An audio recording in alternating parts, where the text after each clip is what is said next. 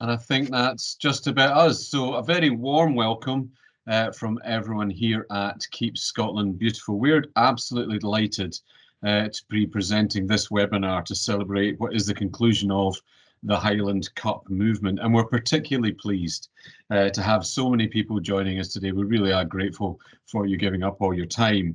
But it's great to see people from right across the country, beyond the Highlands, across the rest of the UK, and indeed our partners from Germany. So it really is a truly international and wide-ranging affair. So a bit of standard housekeeping. I'm sure you're used to it by now, but please forgive me. We're just going to go through a little bit of housekeeping for the webinar. We'd like to remind you that the webinar today is being recorded, so you are welcome to keep your camera off. And please make sure that your microphone is muted. That's always really helpful for the recording, so thank you for that. But we absolutely encourage you to interact via the chat function and the Q&A function as well. And this particularly includes posing questions you would like to put forward for the Q&A session to our panel. So we'll be delighted now to commence the recording of the event and formally get things going. Cup Movement, as many of you know, in the Highlands was one of 6 projects funded by Hubbub and Starbucks through the Bring It Back Fund, which looked to develop and test new approaches to reuse systems and explored how reuse systems work in quite different environments. You will shortly hear about the key learnings across all of the Bring It Back Fund projects from Kirsty Alexander, who's joining us from environmental charity Hubbub. And we are pleased to be joined in this webinar today by some of the other Bring It Back projects too. Everyone really is very welcome. Cup Movement in the Highlands was a pilot large-scale reusable cup scheme based on the Scottish Highlands, working with businesses located across the iconic North Coast 500 route. And today's webinar is an opportunity to reflect on some of the key learnings of the project and to highlight how the project links with some of the other innovative and exciting work that we've been doing in Scotland over the last year to highlight opportunities for behaviour change associated with the consumption of food and drink on the go. Some of the interventions that we have delivered both within and beyond this campaign span the waste hierarchy, from tackling litter and littering behaviour to promoting recycling and encourage and facilitating reuse. Tackling unsustainable consumption, particularly in relation to food and drink on the go and the litter and waste it generates, is absolutely vital to meeting the challenges of the litter emergency. By way of context and to illustrate the challenges we face, in November last year, Keep Scotland Beautiful published 2 new reports. The 3rd annual Scottish Litter Survey in collaboration with the Diffley Partnership, and our How Clean Are Our Streets report, based on the data gathered through LEAMS from all 32 Scottish local authorities. These reports highlighted that over the past 3 years, a large majority of people in Scotland, around 9 in 10, have consistently viewed litter as a problem across Scotland, with 7 in 10 believing that litter is a problem in their own local area. 39% of people believe that litter in general has become more common in their local area in the last 12 months.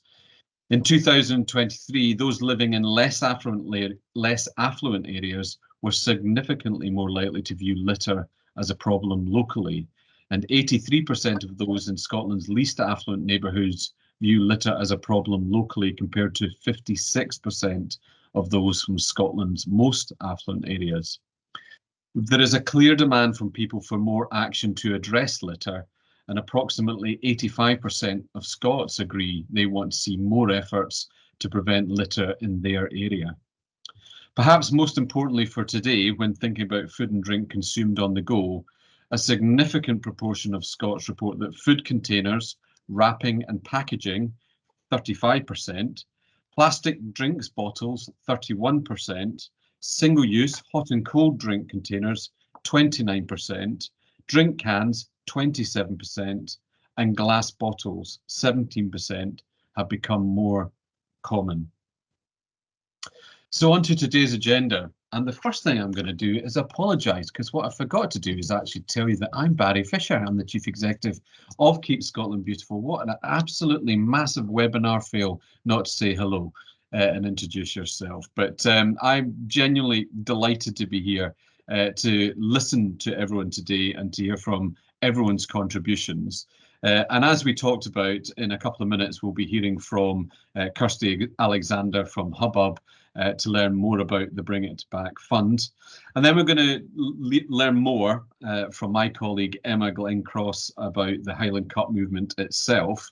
But we are going to spend quite a lot of time with the panel discussion and Q&A, which we hope you really will take the opportunity to interact with.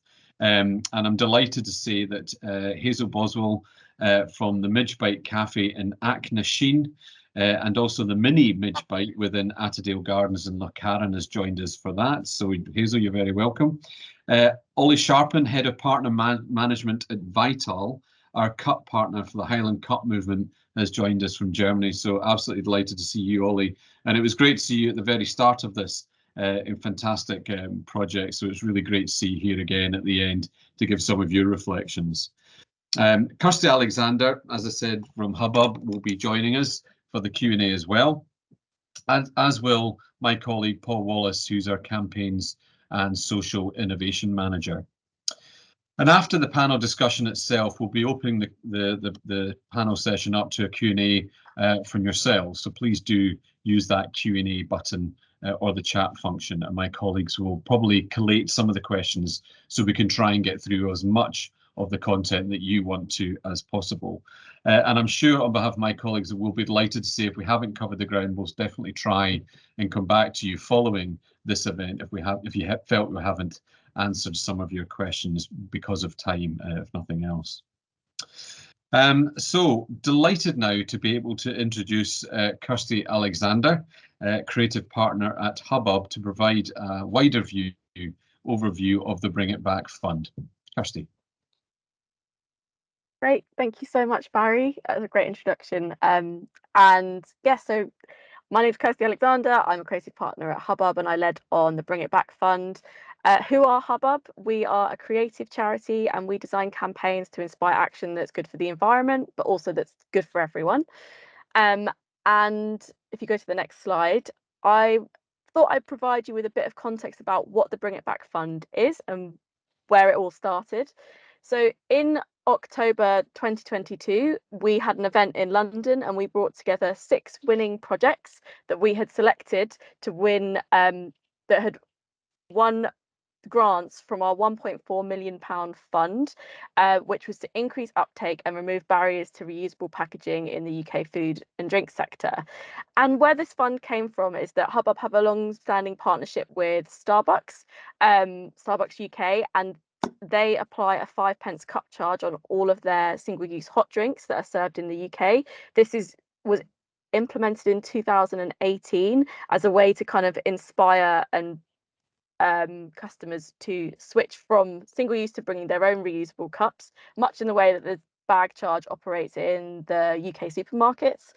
And Hubbub are the recipients of the donation of the 5p cup charge, and we use those funds for a whole range of different types of campaigns, primarily focusing on litter, reducing litter, encouraging reuse and supporting recycling, but also on projects around boosting nature in our communities and helping make more of the food that we have, so minimizing food waste.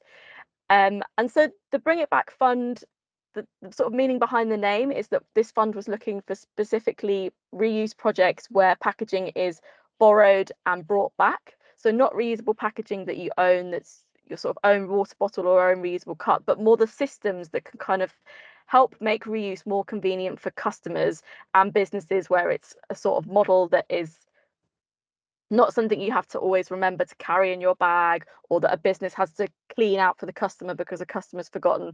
Something that makes the process a bit more easier and streamlined, and particularly looking for ways that those systems could scale and bring reuse systems to new environments that we hadn't seen them in before. And so, as I mentioned, there were 6 winning projects, and I'm sure, and Keep Scotland Beautiful are going to go into a lot more detail about their project later on in the learnings. But I thought I'd just give you a little introduction to the other 5 projects that were funded through the Bring It Back Fund. And as you can see, there's a sort of huge diversity in the different packaging and locations that these projects took place in. So we had food packaging, we had hot drinks cups, we had open loop systems where it was high streets and return points at different cafes. We also had closed loop systems such as offices, canteens, and food markets. And then if you just go on to the next slide, I'll go through a quick introduction to each of the projects. So first of all, there was a project with a company called Again, who are based in London. Again operates cleaning for reuse systems. So they have a sort of innovative clean cell technology, these micro washing locations that can be placed in cities or next to sort of places where food packaging is getting reused. And their project was in partnership with delivery company Uber Eats, and it worked with 7 restaurants to provide a system for reusable packaging that is delivered to your door with your takeaway and then collected again from home. And it operated without a deposit, which was really a sort of really innovative thing to test. And they had a really high uptake, higher than any of the Uber Eats trials that Uber Eats have done globally before, really high uptake with the restaurants. But again, but with this project, because of the high uptake and the lack of deposit, there was a real struggle with getting the returns. And even though they're offering that return from home collection model, there's lots of learnings from this project about how you can actually get customers to return the packaging and making sure the packaging looks really visually different from the types of packaging that they might be used to putting in their recycling or maybe reusing at home. And so that was the project Again. And then I'll move on to Green Street. So this was a project based in Bradford. It was called Borrow. I think we have some of Green Street on the call as well. So hopefully I'm going to do justice in my introduction to your projects here. And this was a citywide reusable packaging scheme that was both for hot drinks and then also partnered with a local restaurant called Mile Hall for takeaway packaging. And what was really innovative about this project was the way that it had both the hot drinks and the food systems within the same branding and the same model, and quite a similar process for the customer to sort of understand the same reuse process, whether they're ordering their coffee on their morning commute or their takeaway at the weekend. And they operated with 20 businesses across Bradford and had some really high return rates in some of the cafes that they were operating in, particularly where those cafes were very passionate about the program and able to communicate that to their customers, and converted a lot of regulars to sort of trying the Borrow Cup and making them aware how easy it was to use, and incentivizing that also with a digital rewards system called Maybe. So this was an optional rewards system that worked via WhatsApp and Facebook Messenger, so that when packaging was returned, customers had the ability to earn points that would add up to rewards at participating businesses. And then so next was PECT. So this was a project based in Peterborough that was really sort of leading with wanting to research the behaviour change messaging around different types of reusable packaging, and then also making really specific tailor-made reuse systems for specific environments and communities. So they've worked with 5 different locations. This included a school, a sort of office environment in a business park, a cafe that was based in a country park, a local town in Oundle, and then also a community cafe. And they all operated with slightly different packaging based on what was needed. So that was a mixture of food packaging and hot drinks packaging. All of them didn't have any deposits. They were all free to use. And some of them were sort of offered as a default, whereas some of them were more of an opt-in for customers. That was dependent on what the location had said they would sort of prefer. But one of the main things that this project was looking to test was which of the sort of messaging options really inspire people to take part in reuse systems, but also to return packaging. So they were testing leading with environmental messaging, leading with cost-saving messaging, and then also leading with sort of emphasizing how convenient it was and where people could return. And what was found through their research was that the environmental messaging really had the biggest impact. So where they were able to sort of when they did trial the messaging, either on like the signs you can see on the door or at the till, when that led with an environmental message about saving X amount of plastic or reducing litter in their local community, that had the biggest influence in terms of uptake of reusable packaging as well as return rates. And then if we go on to the next project, this was Mercato Metropolitano. So this is a food market in Elephant and Castle, London. And this project was looking to completely shift their market to fully reusable packaging. It changed initially in its scope from the beginning of the project, and what they ended up doing was bringing all the washing and the sort of facilitating of the reuse system in-house, and they made space for that in their market. So slowly over the course of the year, they have been converting all of their single-use plates and bowls and packaging that's normally used on site into reusable alternatives. And instead of that being an opt-in or deposit system, they're transforming that to be the default option for all of their customers, which works really well in this location where the majority of food being consumed is eaten probably within a few meters of where it's been purchased. It's a sort of communal dining hall style street food location. Not much is being taken away. One of the really interesting learnings from this project was that they had both plates and reusable bowls initially, and the reusable bowls had lids, and they noticed that they had a higher loss rate of the bowls that had lids than they did to the plates.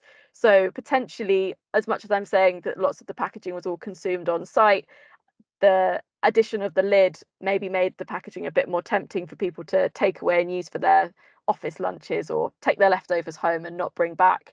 So that was a really interesting learning from their project. And they're actually looking now to keep going with the reusable packaging changes they've implemented in this market for more of their markets they're opening in the future, but also just making more of the sort of, they're not saying packaging, they're calling it crockery, and they're just going for lightweight bowl and plate items that look like conventional crockery rather than things that look like packaging that maybe has a lid that might be more appealing to people to take away and use themselves. And there's also a great, sorry, if you go back to Mercato, they had really great impact for their staff and sorry, for the vendors that operate there. They had savings of over £50,000 for all the vendors on site, reduced in packaging, and yeah, really huge number of single-use items saved just by the fact that they were sort of switching from a default, like always offering reuse as the default. And then this is the last project I'm going to share some details on before we hand over to Keep Scotland Beautiful. And this project with Reef was probably one of the more different than any of the other projects, in that many of the other projects sort of had these real world trials, whereas Reef was really looking at the technology that could allow detailed tracking and creating modelling systems behind reusable packaging schemes. So Reef's technology enables sort of smart tracking of reusable packaging within systems, and they work with many businesses across the UK. And what this project allowed them to do was create these very detailed modelling tools based on real world trials that they work, or businesses they work with, but also other case studies of trials that have worked in other locations, that were able to really build this modeling tool that could help show the there were two tools. One of them was the carbon comparison tool, which was to help show and compare the carbon impacts of reusable packaging compared to single use, and where the tipping point in the system in terms of reuse rate was. And then the second tool that was created was a cycle insight tool. And basically this is a sort of useful tool for showing the estimates of how long it takes different packaging to cycle through different types of systems, which would basically allow anyone who's trying to set up a reuse scheme to create these accurate models or predictive models for how long it might take for their packaging to get used and then returned, which vary greatly depending on the type of packaging, whether it's a hot drink cup that you drink on the go and return quite quickly versus a reusable packaging that you might buy grocery items in that maybe you keep at home and store your food in and return once you've finished. And so that's, yes, slightly different to the rest of the other projects, but really great insights and tools that can kind of help the future of reuse systems scale. And then if you go to the next slide. So with all of these 6 projects, Hubbub supported them for a year, and at the end of the year, I sort of had conversations and invited all of the projects to submit an end of project report. And in doing so, we sort of brought all of the learnings and insights across all of these reuse systems that had taken place with different audiences in different environments, and we've brought those together in the Bring It Back Impacts and Learning report that we have just published last week. That goes into a lot more detail on all the learning specifically from each of the projects, and also some of the key themes that came up around deposits, returns, messaging, communications.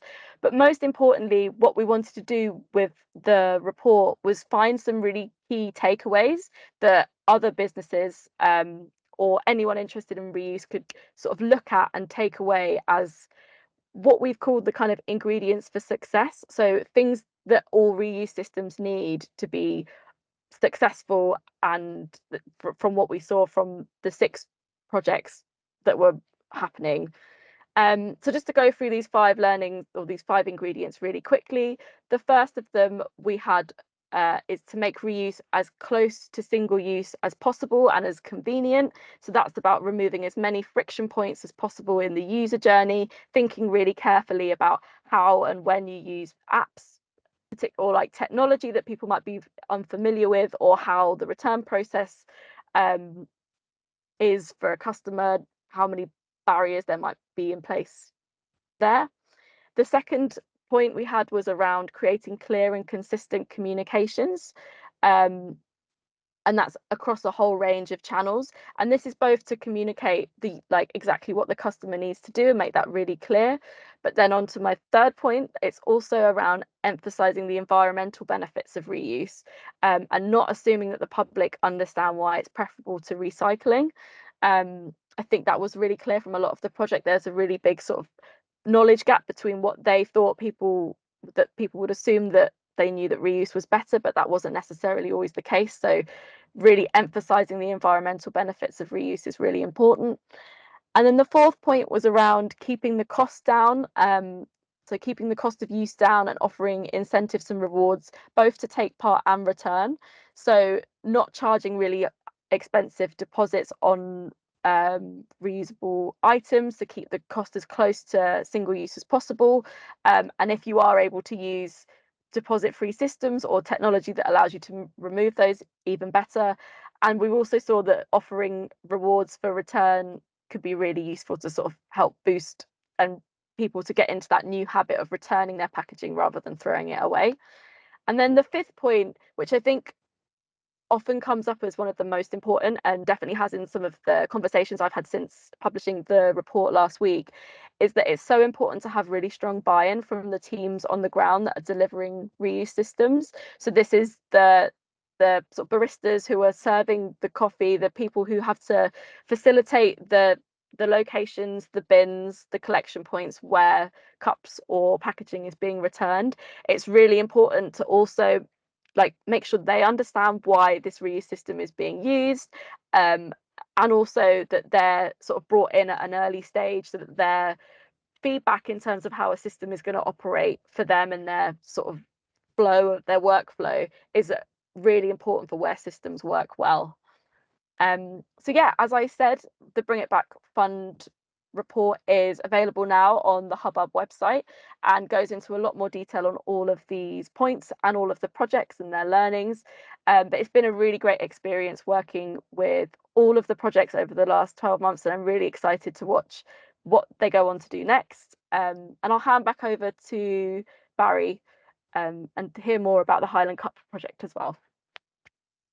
Kirsty, thank you. And you used the word there, detail. And I think that's what everyone's here to do, isn't it? Is really get in about the detail of this programs, but to bring the flavour of some of the other projects that have been funded by the Bring It Back Fund is incredibly important, I think, for us just to peer over into the distance into what everyone else has been doing as well. An incredibly important part of this process.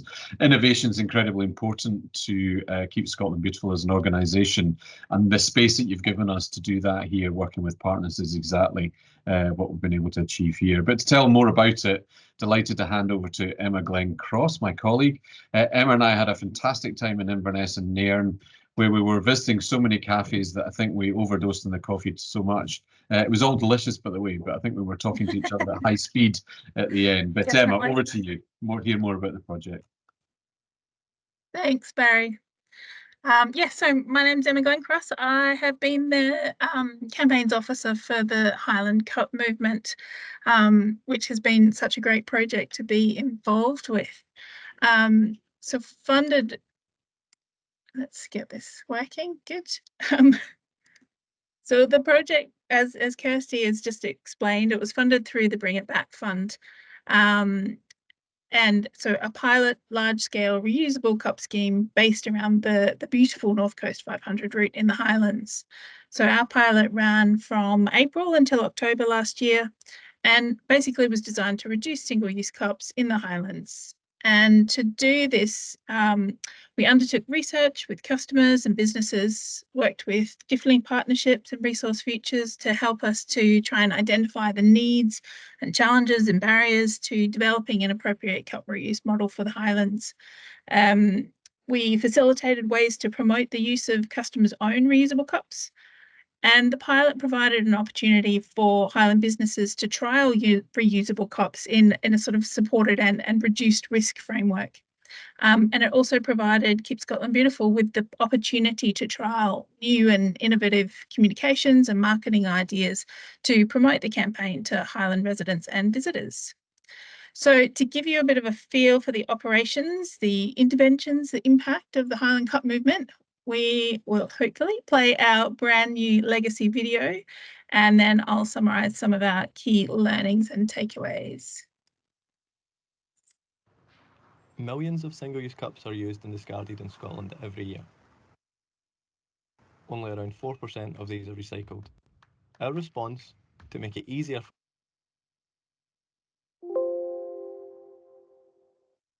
for customers to choose to reuse, was the Highland Cup movement.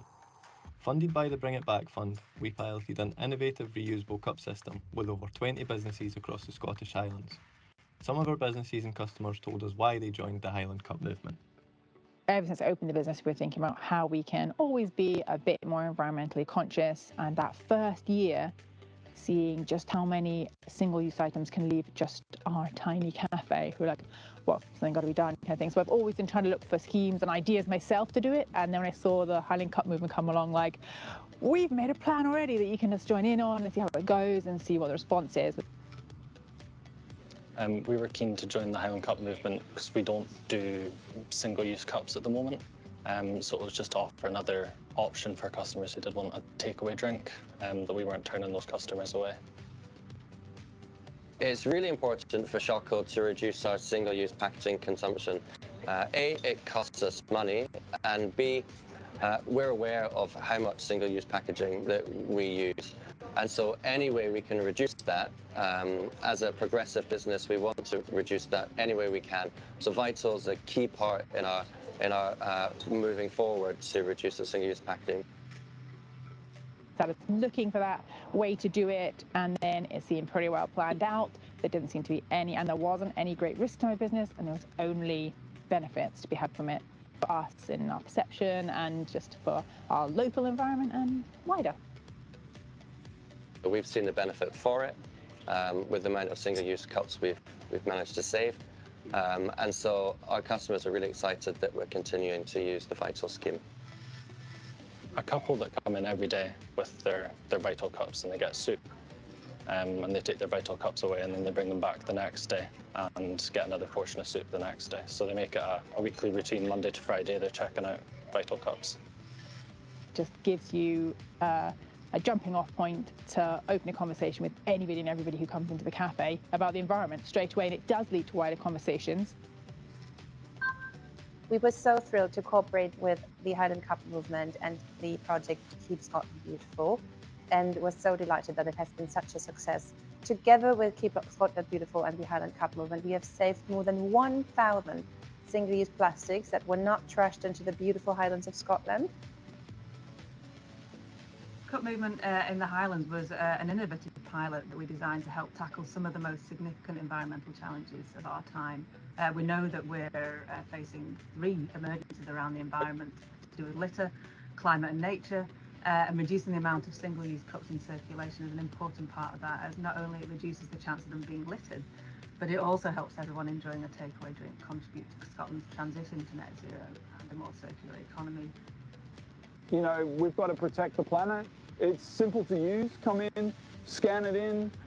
They make your coffee. You have your coffee, you take it away, you bring it back. What we're doing today is not for us. Everything's never been for us. It's for the next generation. We'd like to say a huge thanks to the businesses and customers who made the Highland Cup movement such a success.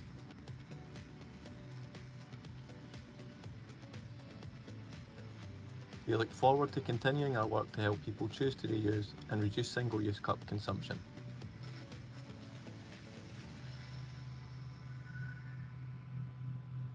Join us to help keep Scotland beautiful.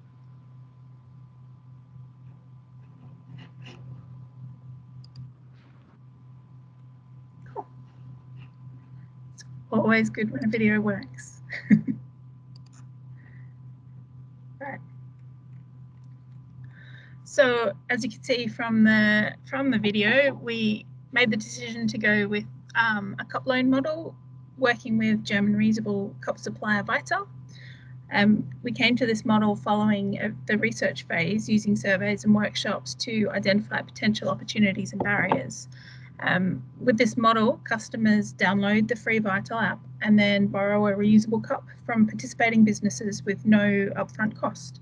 So the cup could be returned to any of the participating businesses, and it was only if the cup wasn't returned to a business within 14 days in any of the businesses, then a £4 cup charge was applied to the user.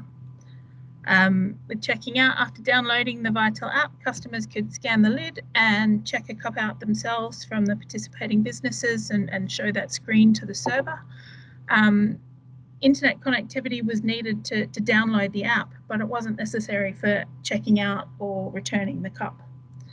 The cups were then returned, checking in the cup using that QR code on the lid, and also a QR code that was specific to each of the businesses. And the cups were then washed in the businesses where they were returned. We did find that using the app-based model provided both benefits and challenges. So some of our challenges in our surveys, having to download an app did rank quite highly as a barrier to a reuse model. Downloading an app, hygiene issues and cost issues were the key 3 challenges. And some of the participating businesses didn't have access to customer Wi-Fi or mobile data in their premises. So that was a bit of a barrier to uptake in those more remote locations if the customer hadn't already downloaded the app. But there were substantial benefits to the app model. So we chose the cup loan model working with Vytal, as there were no upfront costs for customers to download the app or to borrow the cup. And using a tested existing system and supplier gave us the confidence that the model would be easy to use for both businesses and customers. And having an app allowed us to access much more data from the pilot. And then we can use this data in our work to take reuse forward, both in the Highlands and elsewhere in Scotland. So having the app just allowed us to collect this information automatically through the app system, rather than sort of putting another ask onto the participating businesses during their busy tourist season. So we're able to access accurate figures around the Vytal cup use, so the numbers of cups borrowed, return rates, repeat use, the movement of cups around the system. And while we had some customer feedback suggesting people didn't want another app. The feedback from both customers and businesses once people had the app was really positive.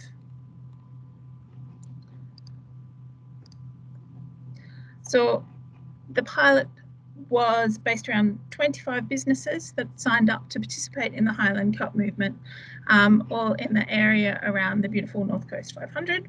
Our businesses included cafes, bakehouse, delis, a campsite, and 3 different types of visitor attractions within the Highlands. During the April to October pilot, 1,050 cups were borrowed from 22 of those businesses, with what we were really happy with the very high 92% cup return rate. During the pilot, 269 users downloaded the Vytal app and checked out at least 1 cup in Scotland. And the app showed us that 148 of those users checked out more than 1 cup. So with one very active user checking out over 70 cups. So we were really clearly able to demonstrate repeat use with the model. And the majority of the Vytal cups were returned to the same business where they were purchased. We sort of had an expectation of a bit more movement, but for businesses where more than 50 cups were checked out, 82% of the cups were returned to the business where they were borrowed. But there was some movement of cups around the network, and 1 cup that was borrowed in Inverness even found its way to Germany to be checked back in with a business using Vytal in Germany. And I think having that option for both tourists and for locals to be able to return the cups to different destinations within the network provided a really strong selling point for the campaign. We certainly found that promotion and marketing was crucial to raise awareness of the campaign, particularly when reaching out to that unengaged audience. We found that communication needs to focus on engaging customers, but also, as Kirsty said earlier, on engaging the staff of the participating businesses to be able to raise awareness of why the campaign is important and how people can get involved. Our comms was focused on increasing awareness of the pilot and also encouraging people to download the app before travelling to the more remote areas of the Highlands, given that lack of opportunity to download the app where there was no internet access. And so across the campaign, our reach was a really high 11 million, which was massive. Our comms really relied on both traditional print media and social media, and the campaign was featured on the BBC News. We tested out lots of new marketing ideas, including Global's targeted DAX digital advertising, and that reaches people that are streaming radio and audio downloads through the global network in the Highlands. We organised a paid partnership with Scottish adventure travel influencer Chris Lawler. We had advertising in Highland train stations, image of Thurso and Inverness, and we also had signage in Dingwall and Aviemore. And our advertising with the North Coast 500, we had a banner running across the North Coast 500 website through summer, and also advertised through NC 500's e-newsletters and social media. We had promotions through information leaflets in tourist destinations across the Highlands and within the participating businesses, and social media promotions like the Brew with a View, which helped to get public engaged with the idea of using a reusable cup for a takeaway drink. Even with our comms reach of 11 million, there were still comments in the September survey that people didn't know about the campaign, so you can definitely never have too much promotion. But in terms of the campaign having a flow-on impact to promoting the use of customers' own reusable cups, we also had some really great outcomes. So 27% of the respondents to our September survey who had seen or heard promotions around the Highland Cup movement had increased their use of their own reusable cups. And also more than half of the surveyed businesses reported selling more takeaway drinks in reusable cups than before their involvement in the Highland Cup movement. So one of the businesses more than doubled their summer season sales of drinks in customers' own reusable cups in 2023 compared with 2022. So some of our key learnings and takeaways, and these are sort of some of the key points on our report that is about to be released later this week. So encouraging behaviour change towards reusable cups and interventions really needs to be easy, and it needs to be convenient for both businesses and for customers, and reflect the setting within where they're being deployed. The Vytal cup-loan model allowed for really solid data collection, and it provided a really convenient option for people when they forget their own cup.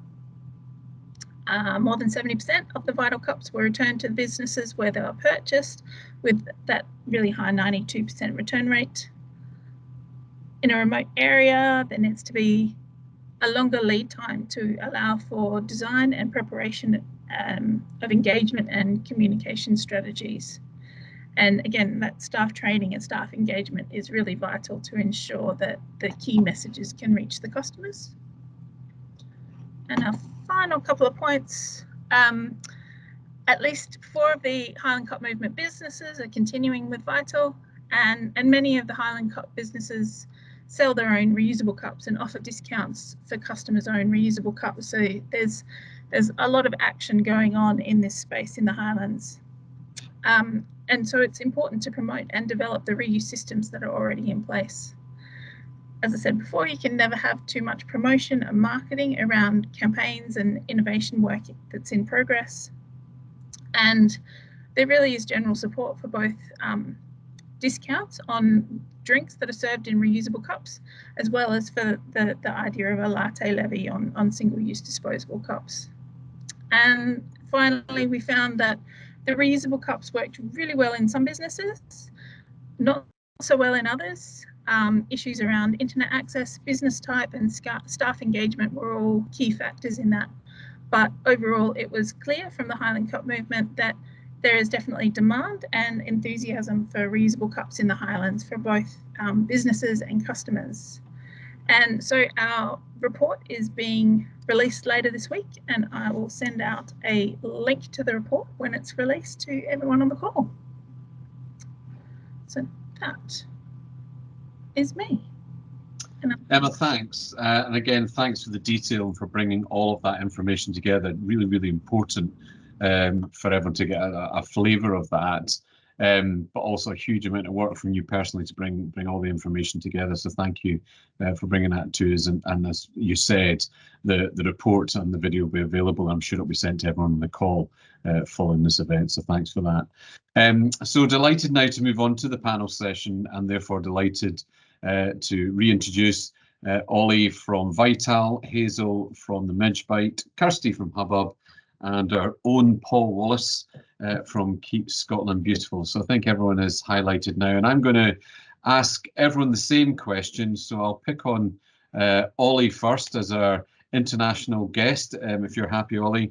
And I guess the first question is really, why did you want to get involved, and what was it particularly about the Highland Cup movement that interested you in Vytal? Hi everyone, and first of all, thanks for inviting me. As you said, my name is Ola. I work for Vytal, so the reusable a provider from Germany. And we were very happy when we got your invitation to take part in this project. And to come back to your question, our mission is to make reuse the standard.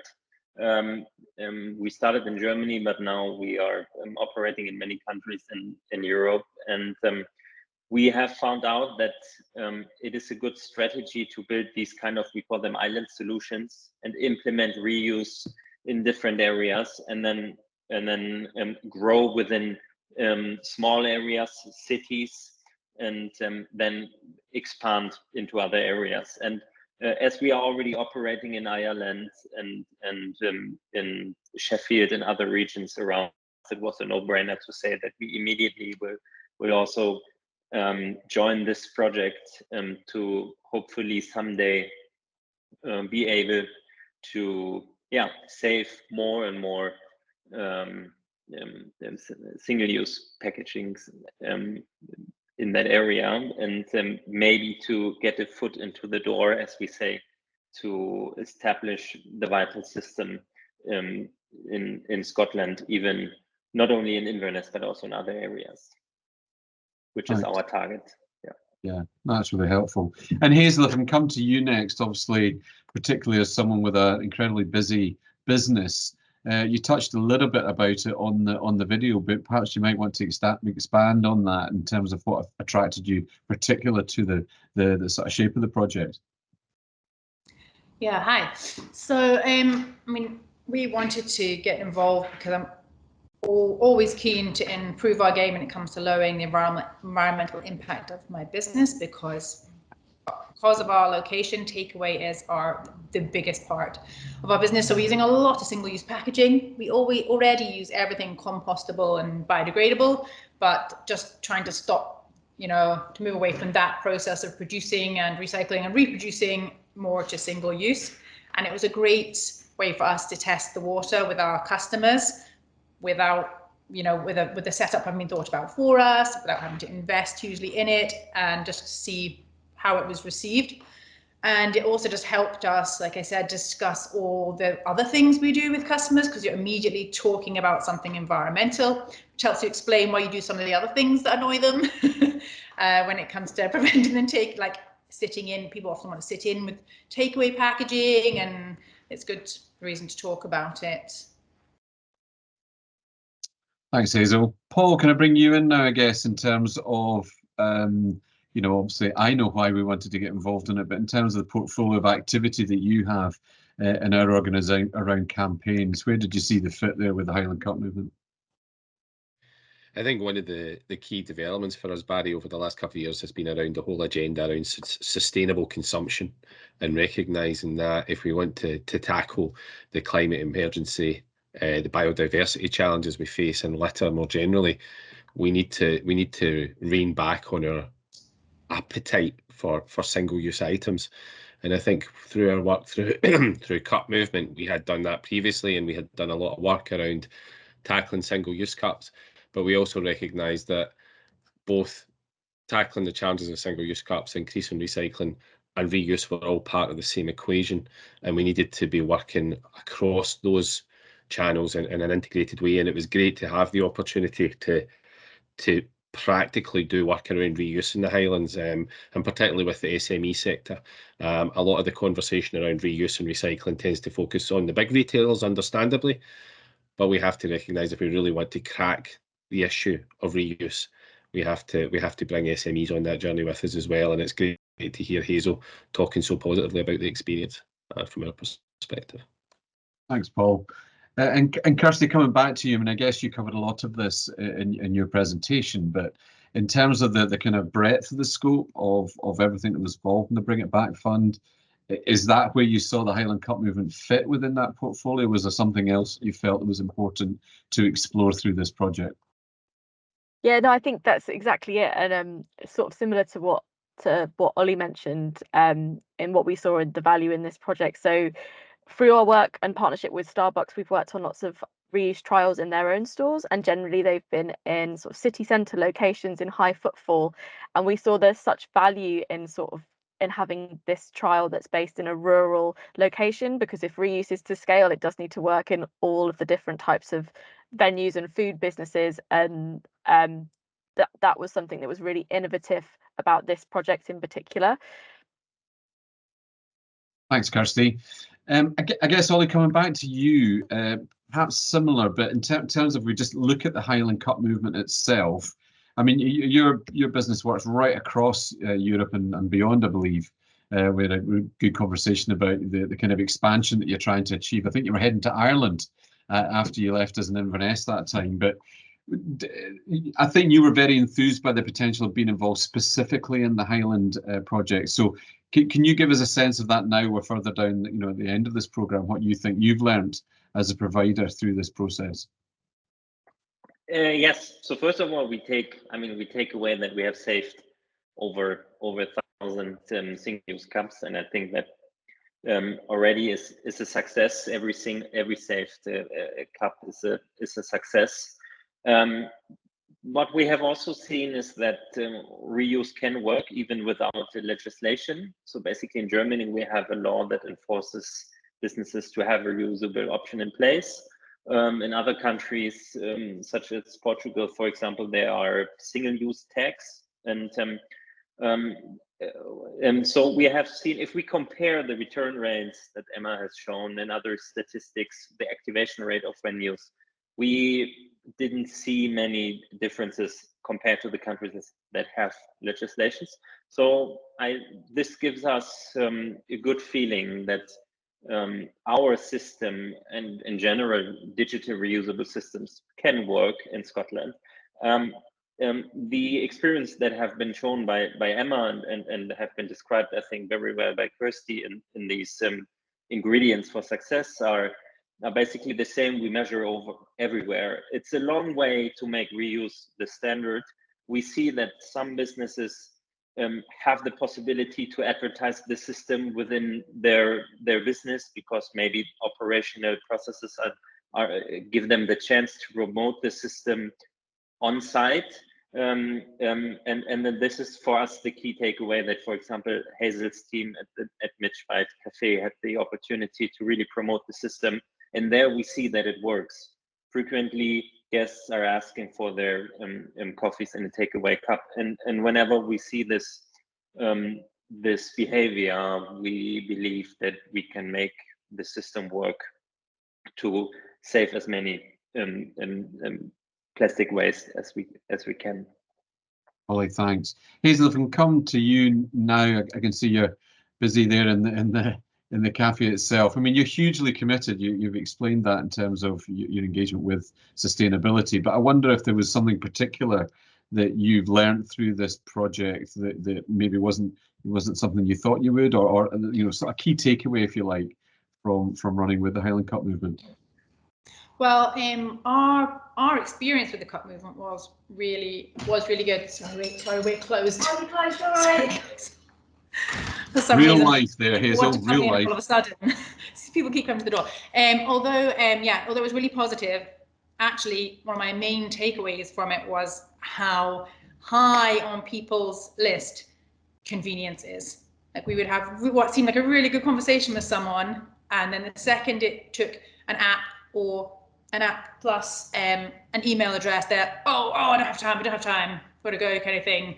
And that convenience element is absolutely huge, and how busy, like how we arrange, everyone's lives are arranged to be so pressed for time was really key to getting people involved. And although our return rate was amazing, compared to the quantity of customers we do, our uptake was not what I wanted it to be.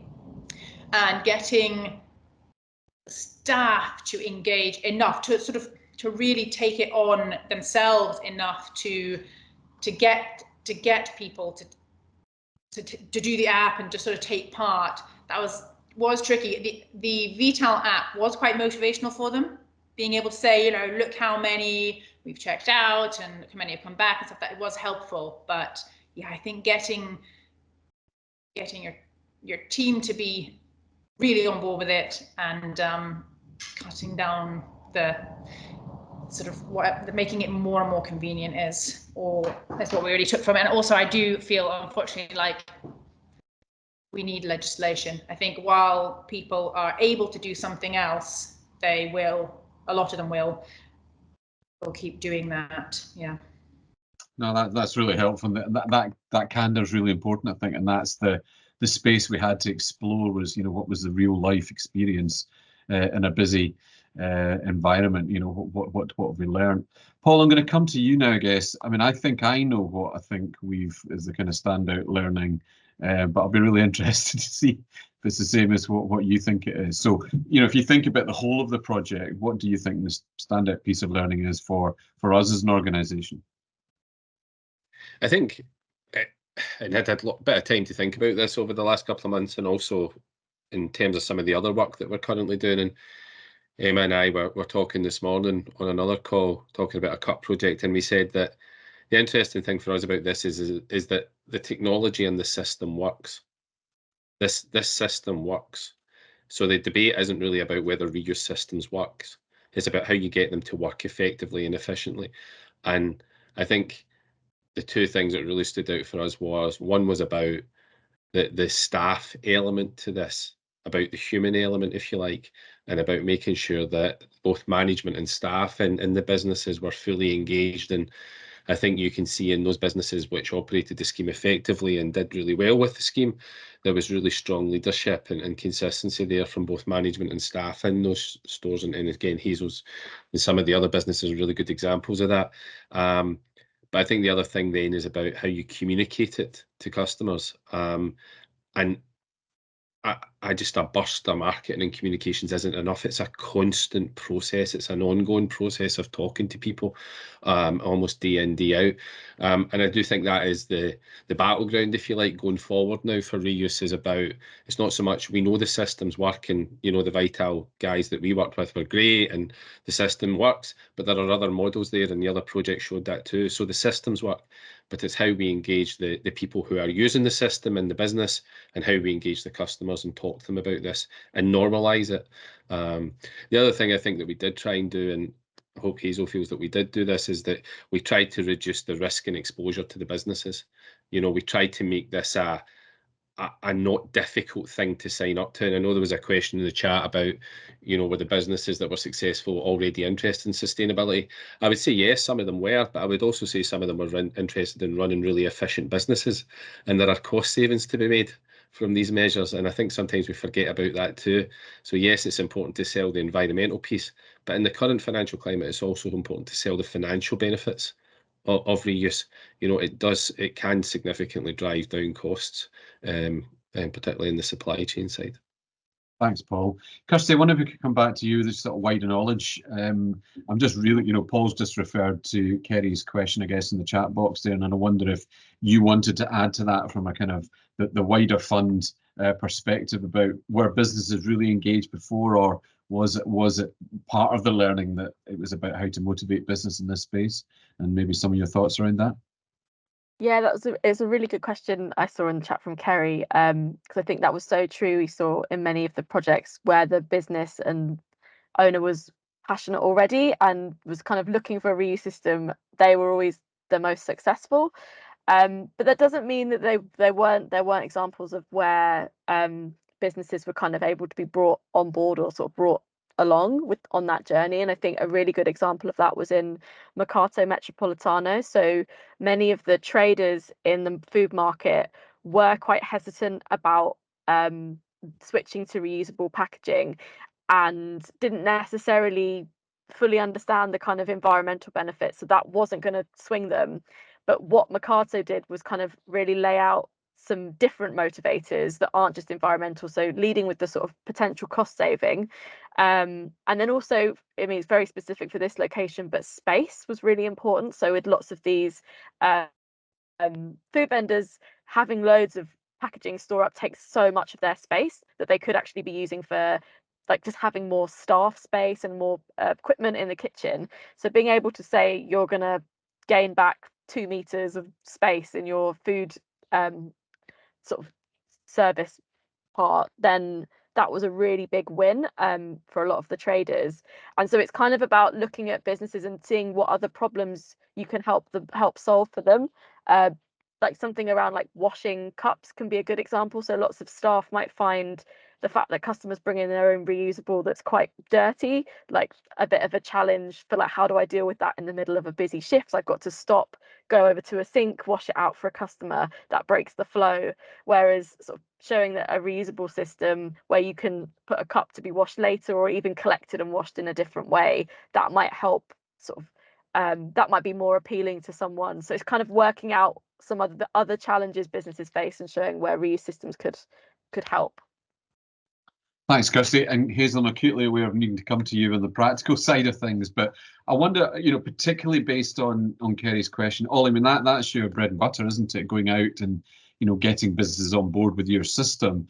I guess a lot of, you know, what you were telling me in Inverness was, you know, the success you've had, particularly in Germany. But I wonder if you've got any reflections on engaging businesses who are perhaps less engaged in the sustainability angle in the first instance.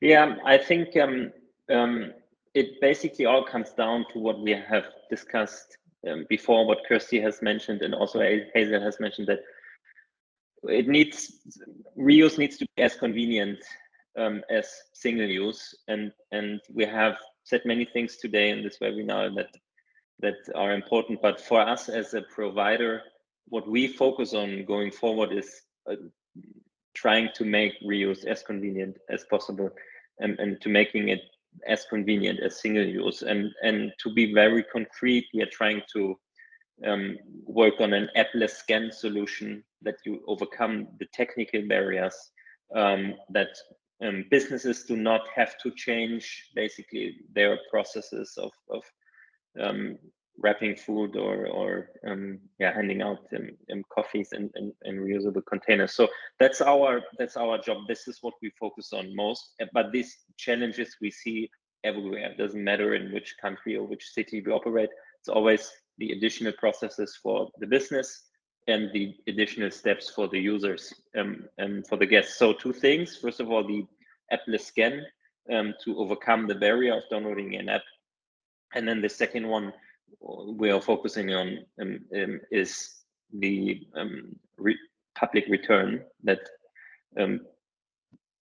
potentially you can return your cup not only in a business, but maybe in a supermarket or in a public return point somewhere. If we overcome these two barriers, my hypothesis is that we can make reuse the standard.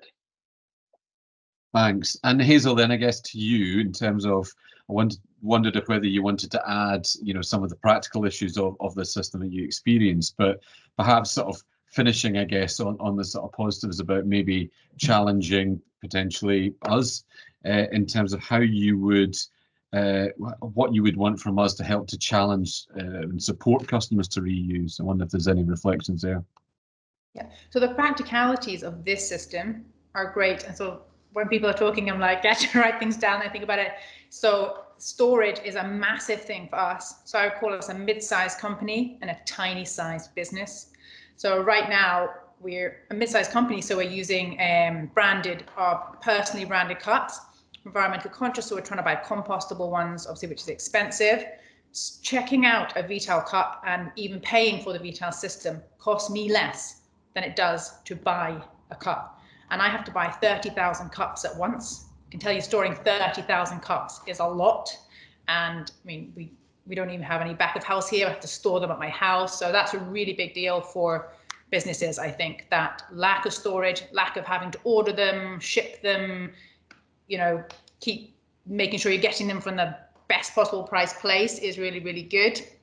But I think what would be a really good step before having legislation is passing on transparency of the cost of single-use cups to the customer. So I think a lot of people feel like they get free single-use items. They don't get free single-use items. We cost the single-use items into what they pay for their coffee. And what I wanted to do for ages, and actually almost started, I priced up all of my single-use packaging to show the customer, but became afraid of doing it by myself in terms of how they'd react. So if we could sort of have a place or like Highland or a group of cafes like we did here in the NC 500, where everybody is removing the cost of single use from their items and then really demonstrating what it costs if you would like to buy a single use item to go with it, or if you don't, use something like Vytal and that's the cost of your item. If you want to use your own cup, rather than right now we offer people a discount. We have some 30 pence off every time they use their own cup. We'll add that on, like that, make that the norm and add on the cost of single use so they can see what it does cost them, because money talks to customers. Hazel, thanks. And again, that detail is really, really interesting. I wonder if there's a sort of similar question. Ollie, I'll come to you first and then maybe Kirsty second, about through your experience, looking across the fund and beyond, Kirsty, and indeed for you, Ollie, in terms of your work. Innovative ways you've seen partners working to engage perhaps audiences that are reluctant or busy. How do we capture that space? How do we capture the imagination in this, Ollie? So we have seen a few businesses that have engaged their own ideas on making the system work. For example, they're just taking a price for single-use cups to steer consumer behavior. Now, in some places, of course, that might result in a loss of revenue because you have a few guests that don't accept that. But on the other side, we saw that this is a very good way to upscale the share of volume of reusable containers being used. Well, hopefully I understood your question right.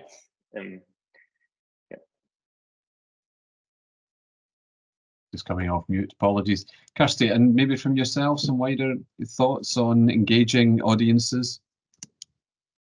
Yeah, I think that's a really good point. And I just to sort of go back to your point, Hazel, I think the sort of charge on like being transparent with the packaging is a really a really good idea, and that's what we have in place with Starbucks since 2018, in that it started with a trial of the 5p cup charge on single-use hot drinks that was shown to have a sort of a 10% increase in customers bringing their own reusable cups in those locations, which was therefore scaled across the UK. But we've definitely seen kind of, maybe it's a post-pandemic attitude change towards reusables, that's kind of hit it hasn't like kept going up like it was pre-pandemic. It's kind of hit sort of stagnation, or maybe even dropped a bit since before the pandemic. So it'd be good to have a kind of a reminder again to customers about the sort of cost difference between single-use packaging, but then thinking more generally about kind of engaging ways to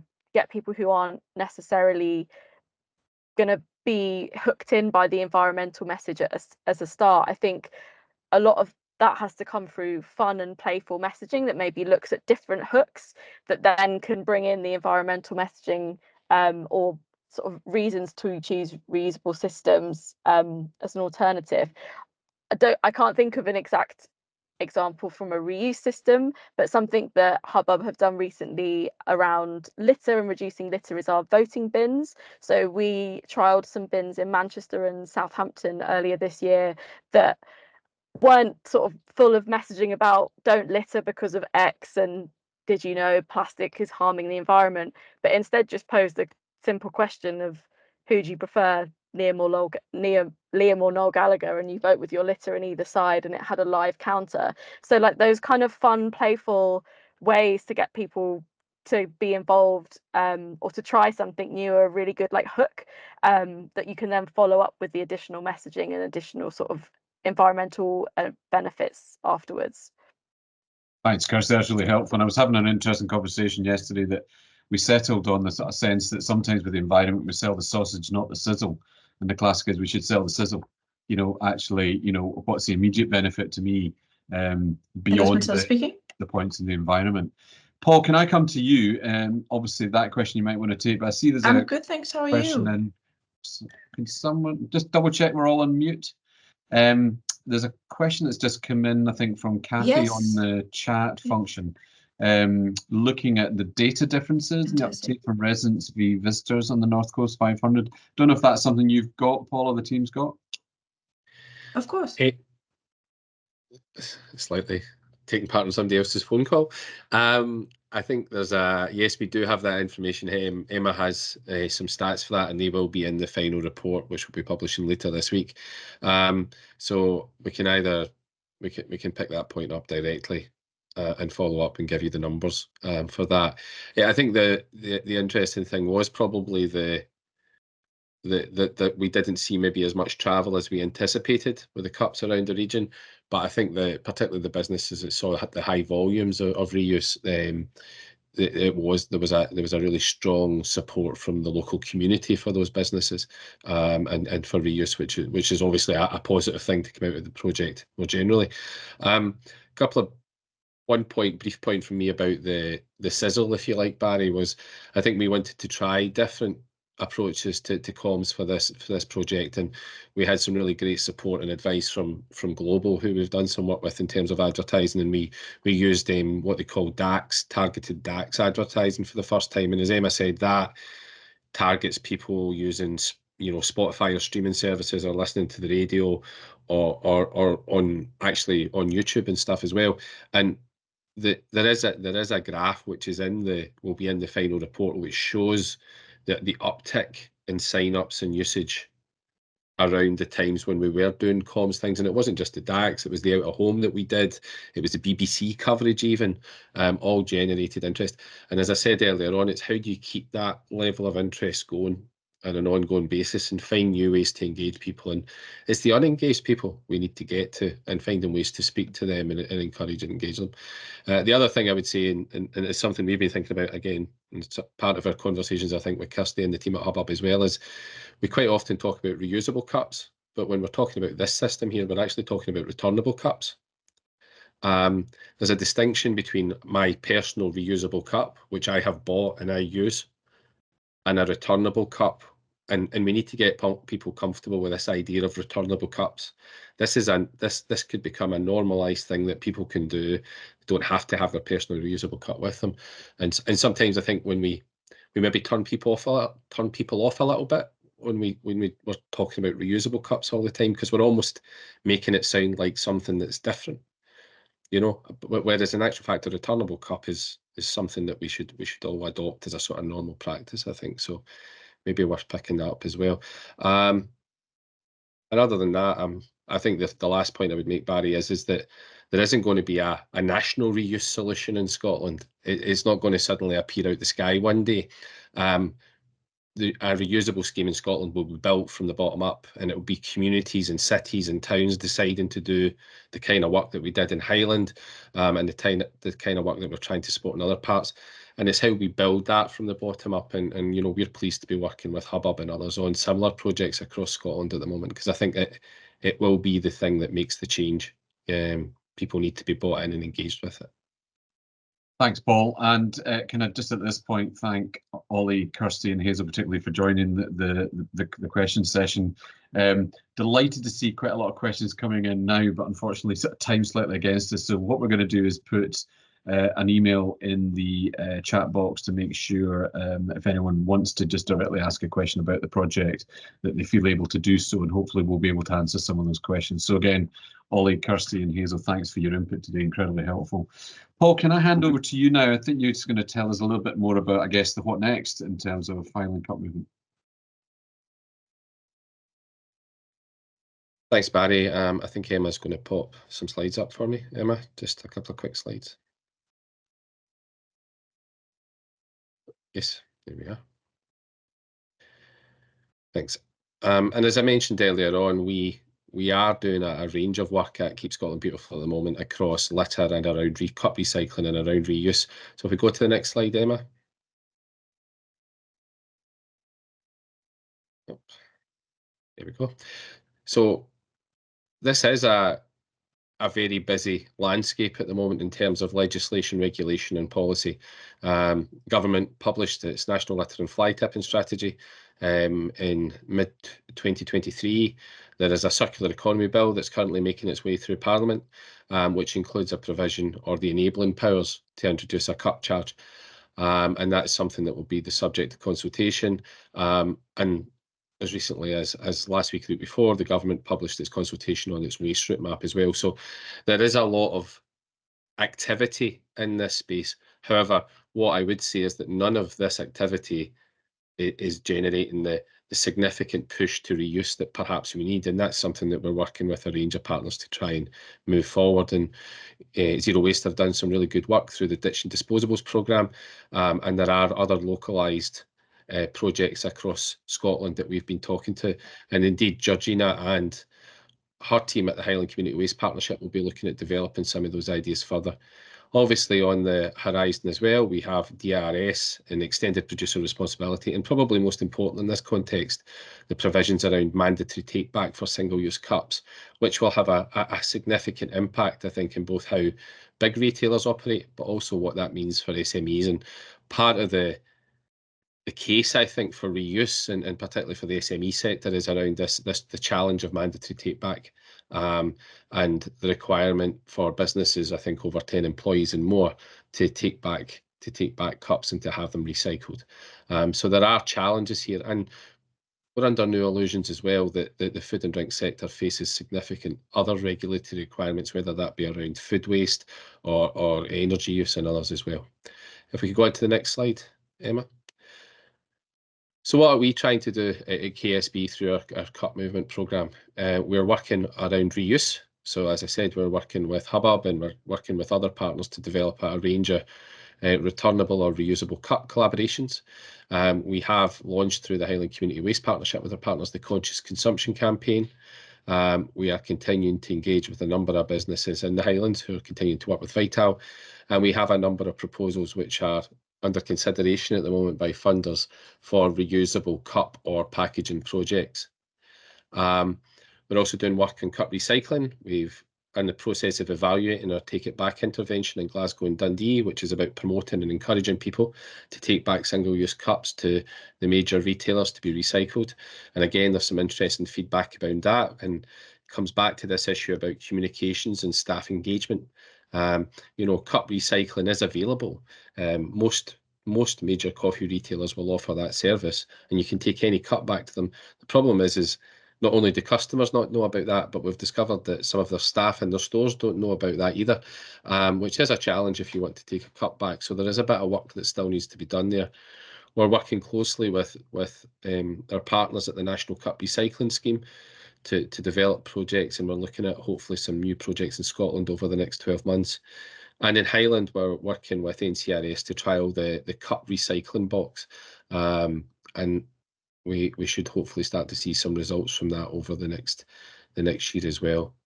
And finally, around litter, and as Barry highlighted at the start, I think one of the real issues that we have here is that despite all of these positive projects and all these interventions that we're doing, we are still seeing significant numbers of single-use cups littered. So how do we deal with that, and how do we stop people littering in the first place before we then move them on to recycling and reuse? And we're doing some work in the Forth Valley around Stirling, Falkirk and Clackmannanshire as part of the National Litter Strategy to trial an intervention around food and drink on the go. And that's about how do we talk to consumers about food and drink on the go, and that includes single-use cups. And we've done some work around roadside litter with Hubbub in Glasgow as well. So there's a lot happening. I think Kirsty made the point about pre-COVID and post-COVID. I think we're starting to see a lot more engagement now with these issues. I think people are starting to think a lot more about some of these challenges and opportunities, but we need to find ways to reach that audience who are not engaged, and we continue to try as many different innovative ways as we can to do that. Just this week, some of our team were working on our marine litter project, and some of the work they're doing using Instagram and some of the reels that they're making, and the work that we're doing, for example, with influencers, are opening new doors for us in terms of reaching new audiences as well. I suppose the point I would make about all of this work, though, is it has to be done in a joined up way.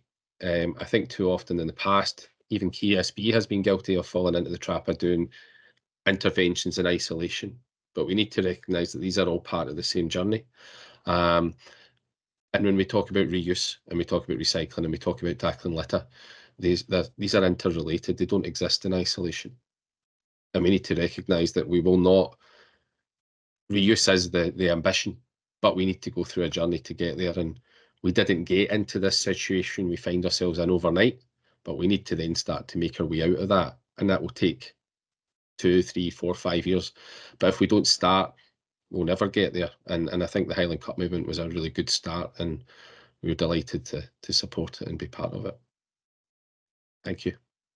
Thanks, Paul. A very good summary, I guess, of the kind of relentless optimism that we have within KSB to tackle the real genuine issue of litter and waste across the country. And of course, what we've discovered today, not just through focusing on somewhere like the Highlands and in particular the North Coast 500, but actually bringing in some of those issues that Kirsty was talking about, is this affects everywhere. And I guess if there's anything, litter is everyone's business, and I think that probably brings that into focus today. A huge thanks from me, Kirsty, from Hubbub and all your colleagues. We've enjoyed working with you on this project, and it's been great working much more closely with Hubbub and fundamentally providing that opportunity and that space to learn and the spirit in which it's been delivered. So Kirsty, thank you. Ollie, when I met you in Inverness, your energy is infectious. It's fantastic to work with a team that are so enthusiastic about what we're trying to achieve, and I got that from you and the team. So thank you for all your help and for joining us today. Hazel, thank you, all the way from Acnasheen. A favourite part of the world for me, trying to get to Plockton on the way up to do a bit of sailing. So always great to bring the voice of the Highlands. And you know, the danger here is we're patronising in terms of talking about the Highlands as a distant place, but a very important part of our country, and particularly tourism as an industry. And the learning, I think, that you've shared with us today is incredibly important, not just for the Highlands, but for everybody.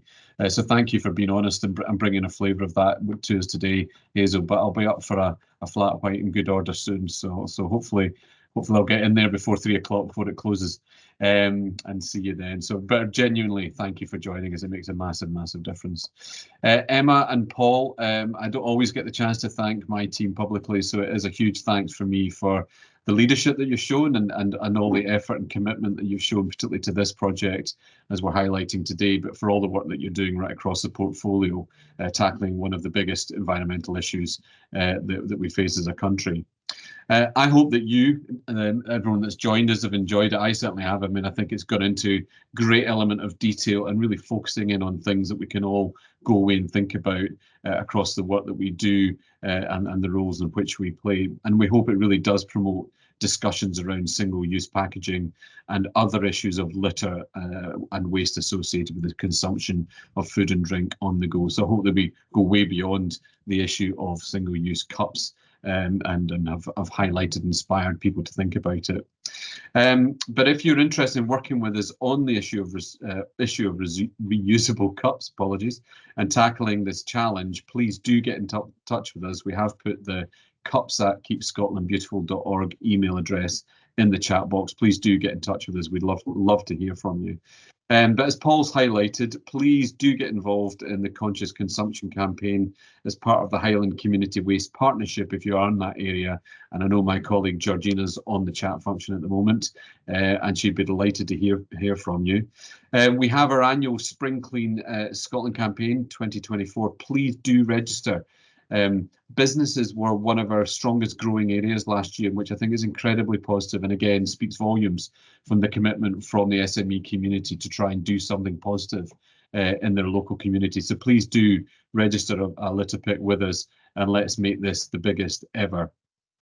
Carrying out also litter survey work, and I was involved with one on Friday just here in the local area in Stirling, actually is incredibly helpful to us as well in terms of building up a really accurate picture of what some of the biggest issues are around litter. So please, as well as a litter pick, consider also undertaking a litter survey.